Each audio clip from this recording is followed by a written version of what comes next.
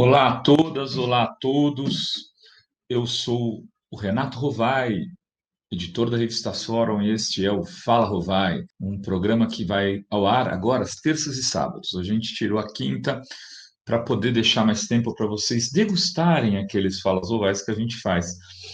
Este é um programa que vai ao ar no canal da revista Fórum e também no canal do Fala Rovai, que você pode se inscrever, que fica com o link aqui embaixo, para quem está assistindo na Fórum, está o linkzinho ali do canal Fala Rovai, se inscreve lá, que aí você só recebe as notificações desses programas. O que eu vou falar hoje? Hoje eu vou falar, para mim, o que deveria ter sido a notícia da semana, a notícia do mês, a notícia do ano, que foi a palestra, o debate que o Augusto Aras participou, o PGR, o Bolsonaro, indicado pelo Bolsonaro, que não passou pela lista tríplice, é um procurador-geral da República que foi colocado ali para defender o governo Bolsonaro, mas que, convidado pelo grupo Prerrogativas, que é um grupo de advogados, para conversar sobre questões da PGR na pandemia e tal, fez um discurso bastante forte contra a Lava Jato, que está sob a sua responsabilidade, que está dentro do arcabouço do Ministério Público.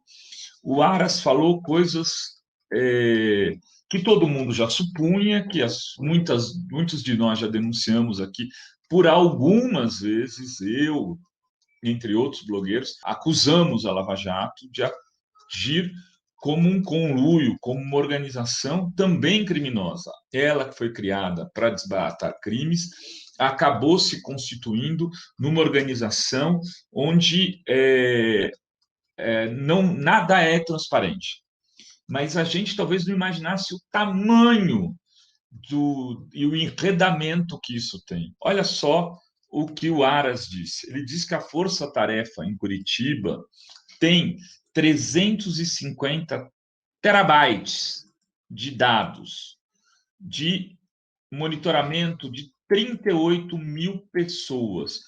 Eles conseguiram acumular dados de 38 mil pessoas que eles monitoram, provavelmente é um número muito menor as que estão envolvidas diretamente nos crimes praticados e investigados por eles, mas eles foram pegando e abrindo esse sistema de investigação, se transformaram numa CIA, num FBI, num órgão de investigação sem nenhum nível só que diferente dos Estados Unidos, esse órgão não deve explicação a ninguém, e eles foram juntando, a partir das investigações que fizeram, abrindo investigações para uma série de pessoas, e de repente eles investigam e têm dados, segundo Aras, de 38 mil pessoas. Isso seria o equivalente a, segundo o Aras, a 350 terabytes de dados. Bom, mas o que é 350 terabytes? Tem certos números que, quando a gente fala, é que nem falar assim, 1 trilhão. O coitado do seu Manuel, que está ali trabalhando no dia a dia, ganhando aposentadoria que vai se aposentar por R$ 1.500, tá? Ele fala 1 trilhão, 1 bilhão, 1 milhão, é tudo a mesma coisa. E na lógica da internet também, 1 megabyte, 1 gigabyte, 1 terabyte, 1 byte. Eu não sei exatamente o que é. Então, esse blogueiro aqui, esse youtuber, resolveu investigar para poder dizer para vocês o que é 1 terabyte. E vamos lá, eles têm 350, mas 1 terabyte é igual a 1.024 gigabytes, que é igual a 10.244 bytes. Bom, fiquei no vazio, Rovai, continuo não entendendo pipoca nenhuma. Então, tá bom. Então, eu fui pesquisar quantas fotos cabiam num terabyte. Eu falei, se eu tiver aqui um dispositivo que cabe 1 terabyte, quantas fotos eu consigo armazenar?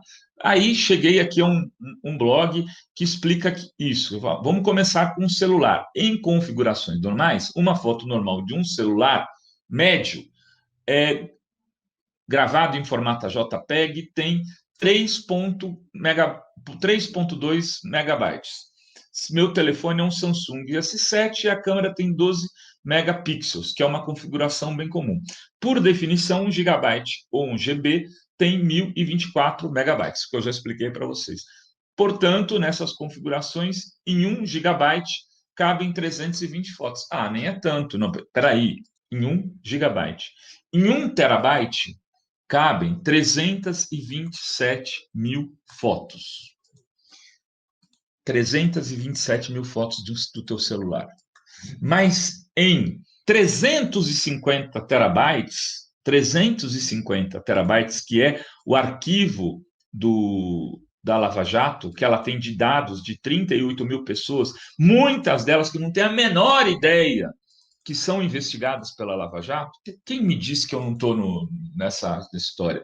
Que outros jornalistas não estão? Porque faziam oposição à Lava Jato e eles conseguiram ir investigando e colocando no seu banco de dados para saber se tem filhos, se tem esposa.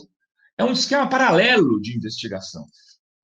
350 terabytes significam um espaço que cabem 114 milhões 450 mil fotos. 114 milhões 450 mil fotos.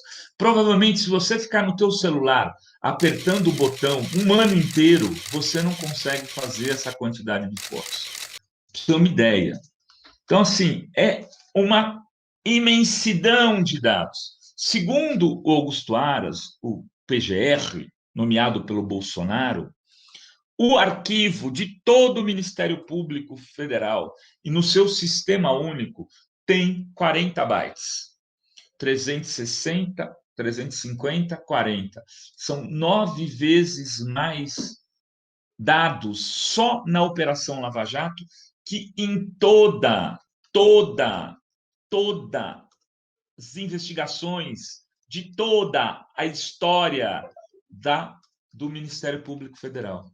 Faz algum sentido isso? Do que a gente está tratando? Bom, o Aras também falou que eles têm uma espécie de lado B, são uma espécie de lado B do MPF, que eles têm 50 mil documentos que são exclusivos da Lava Jato e que ninguém pode acessar. Enfim, amigos, quando a gente falava que a gente estava lidando com uma organização de caráter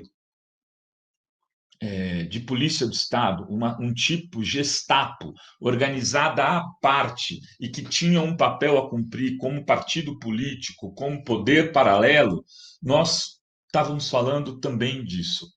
Nós não tínhamos ideia, eu não tinha ideia que a Lava Jato monitorava 38 mil pessoas. 38 mil pessoas é o tamanho de uma cidade pequena, mas já pequena para a média. 38 mil pessoas é um Pacaembu ultralotado, todas investigadas pela Lava Jato. Do que a gente está falando, então? Nós temos que desmontar esse poder paralelo. Urgentemente é isso que o Aras está dizendo. Quem está dizendo é um bolsonarista que acha que não dá mais para conviver com esse nível de operação. Ele critica nesse debate do Prerrogativas outras operações. Fala, por exemplo, da Lava Jato de São Paulo. Não fica só em Curitiba. Segundo ele, a Lava Jato de São Paulo também criou uma metodologia de distribuição de processos personalizada, em que membros escolhem os processos que querem, o que é um absurdo, porque você deveria... Os processos é que te escolhem, não é você que escolhe os processos. O juiz não fala, não, eu quero investigar esse daqui. Não, ele chega um processo na mesa do juiz, que em tese, um bom juiz não deveria sequer olhar a capa para saber o nome da pessoa, ele lê o conteúdo e toma a sua decisão, independente do nome que tenha na capa. Aqui eles estão fazendo diferente. Então, agora é a hora de investigar o Serra, porque nós precisamos salvar a Lava Jato de São Paulo. Então, vamos investigar o PSDB, Serra e Alckmin. É o momento para a gente mostrar que é independente e que tem condições de continuar e precisa, que o Brasil precisa da Lava Jato atuante ad infinitum. Uma operação que não tem tempo para começar.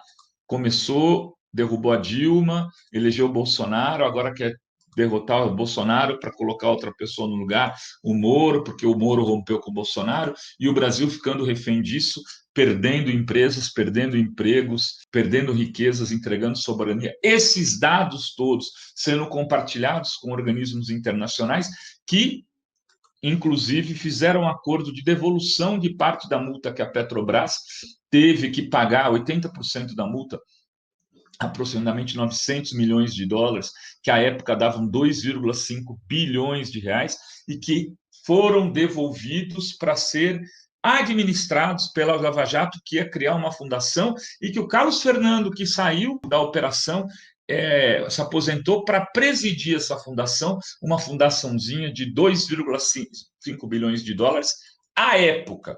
E agora eles estão querendo gerenciar esses recursos para atuar no coronavírus, mas do jeito que eles bem entenderem, como se o dinheiro fosse deles e não do povo brasileiro.